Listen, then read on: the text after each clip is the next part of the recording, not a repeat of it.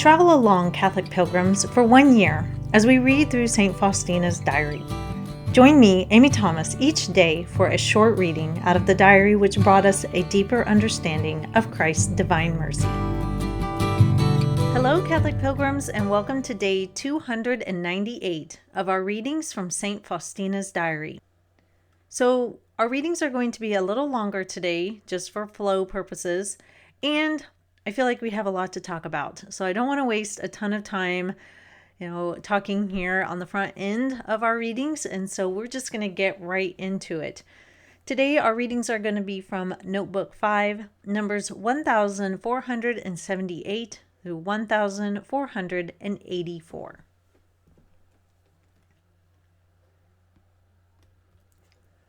Why are you sad today, Jesus?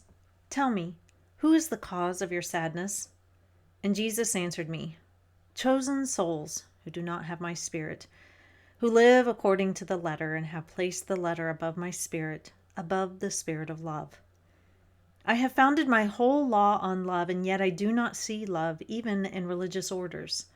This is why sadness fills my heart. Jesus, Mary, and Joseph. O my Jesus, in terrible bitterness and pain, I yet feel the caress of your divine heart.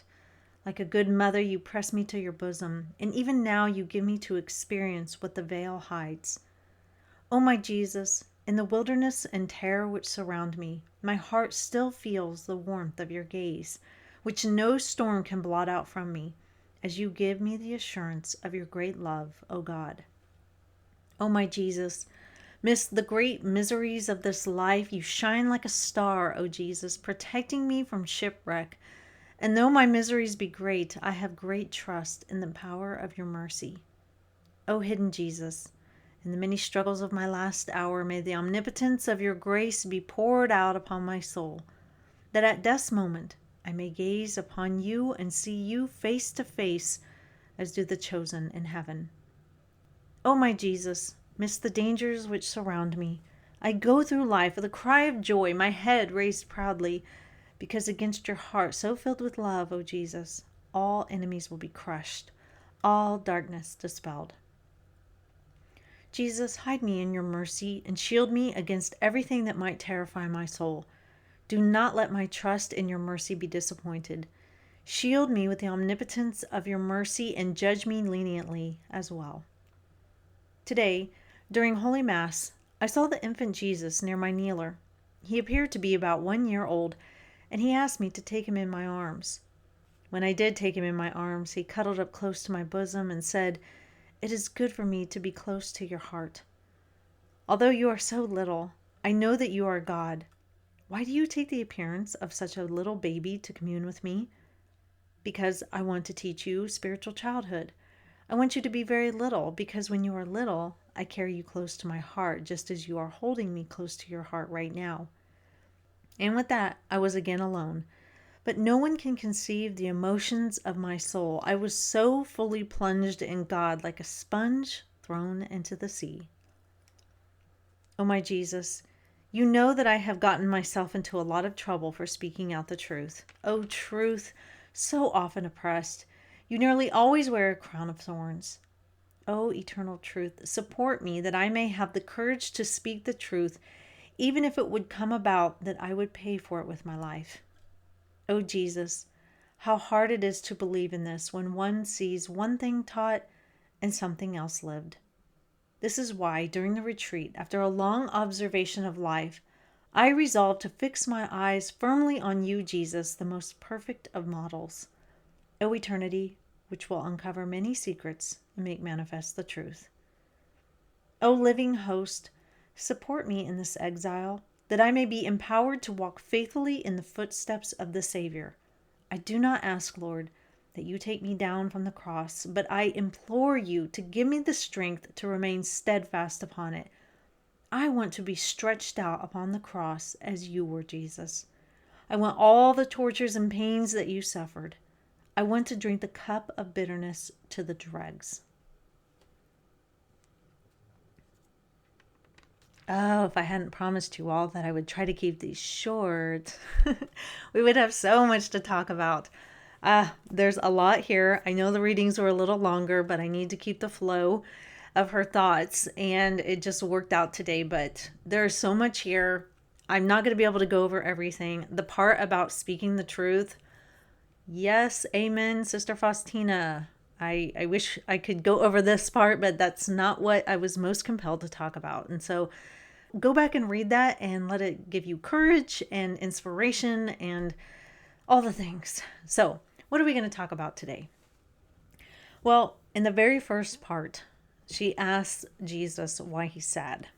And he says, chosen souls who do not have my spirit, who live according to the letter, and I place the letter above my spirit.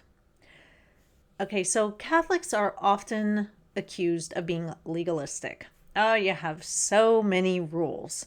So many rules that you press upon people, just like the Pharisees used to do back in the Old Testament. And you just burden people with all of your rules. And that's not exactly true. When you look at the Catholic Church, there are a lot of customs and traditions, but there are actually only a few precepts that the church lays down that bind everybody. So only 5. And we're going to talk about those. But before we talk about that, I want to discuss how sometimes what happens is we get set on our path on Catholicism. And we want to become holy, and we want to become righteous, and we want to be a good Catholic. And along the way, we think that there is this absolute set way to do that. Now, there is a absolute set way in a very general term. Obviously, you have to follow the 10 Commandments. You have to, receive the sacraments and things like that. But we get into this mindset that everybody's faith life has to look just like ours. Everybody needs to get up at 5:30 in the morning and pray the rosary. And everybody needs to have these certain religious images in their house. And everybody needs to name their children after saints. And everybody needs to say Vespers in the evening. And everybody needs to only listen to the Christian radio station. And everybody needs to do this. And everybody needs to do that. And when we see people who aren't doing those things like what we do, we rail against them and tell them that they're not doing Catholicism right.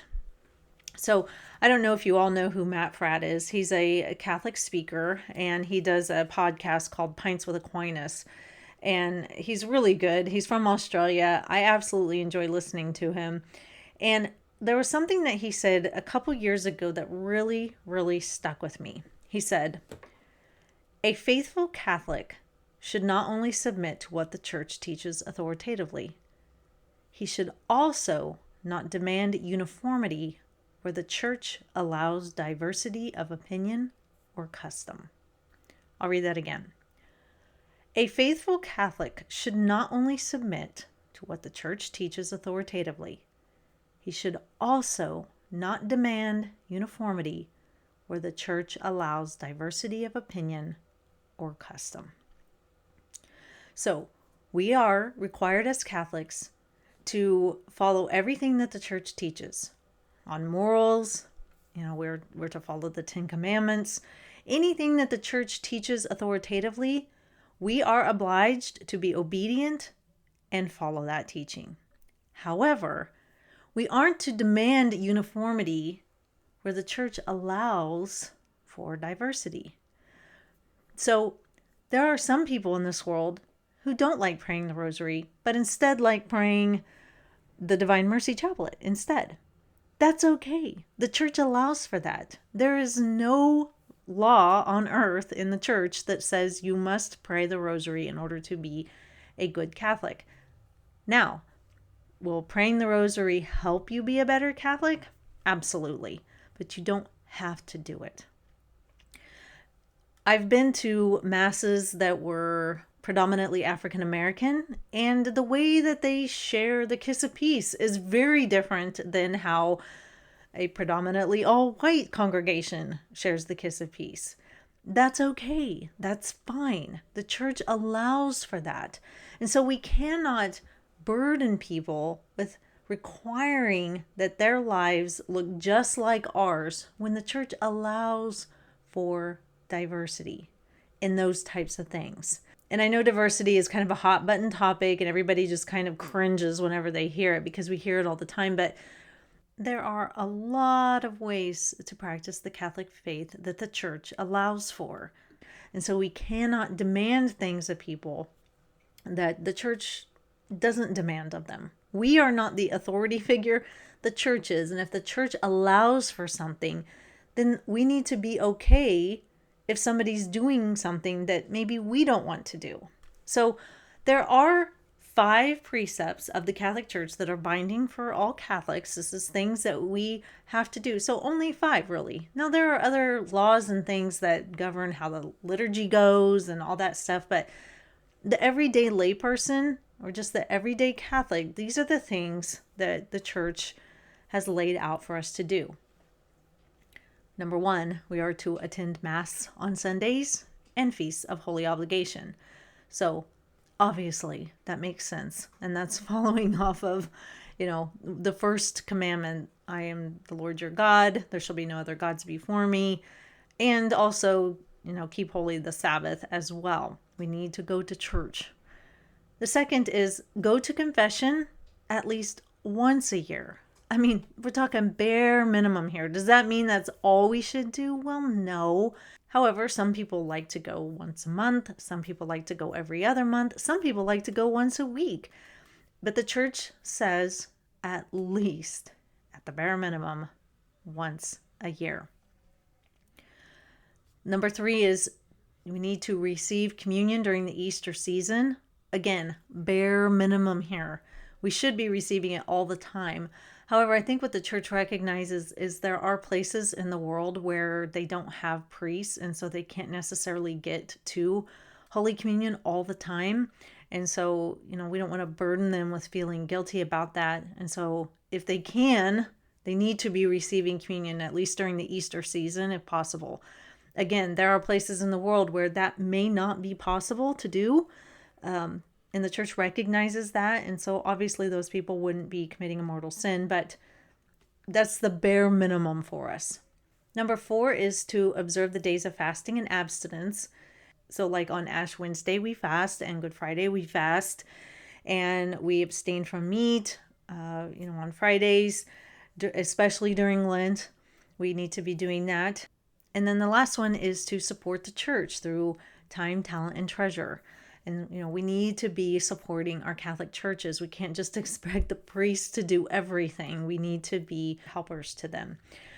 So we see here that those are the 5 precepts of the Catholic Church. Those aren't terribly burdensome, I don't think. I mean, correct me if I'm wrong, but 5 is not a lot. I have way more rules in my house than the church does for us, as on a whole, dealing with our spiritual life. But of course, there's obviously ways we can go deeper. And of course, the church encourages us to find what speaks most to us. We are free, in a sense, to just kind of go explore how we want to live out our Catholic faith. And I don't mean in weird, wonky ways. I mean in ways that the church has set forth kind of as a banquet table where we can come and see how we would like to live out our faith. Are you a rosary prayer or a Divine Mercy Chaplet prayer? Are you a person who has a particular, devotion to this saint or to this saint over here? There are just a wide number of ways to beautifully live out our Catholic faith, and we need to make sure we are not burdening anybody with requiring that their faith life look exactly like ours in the way that we choose to live it out. Again, keeping within the boundaries of what the church does allow for. So that is all for today, Catholic Pilgrims. I will see you back here for day 299. And until then, live the faith boldly and travel well.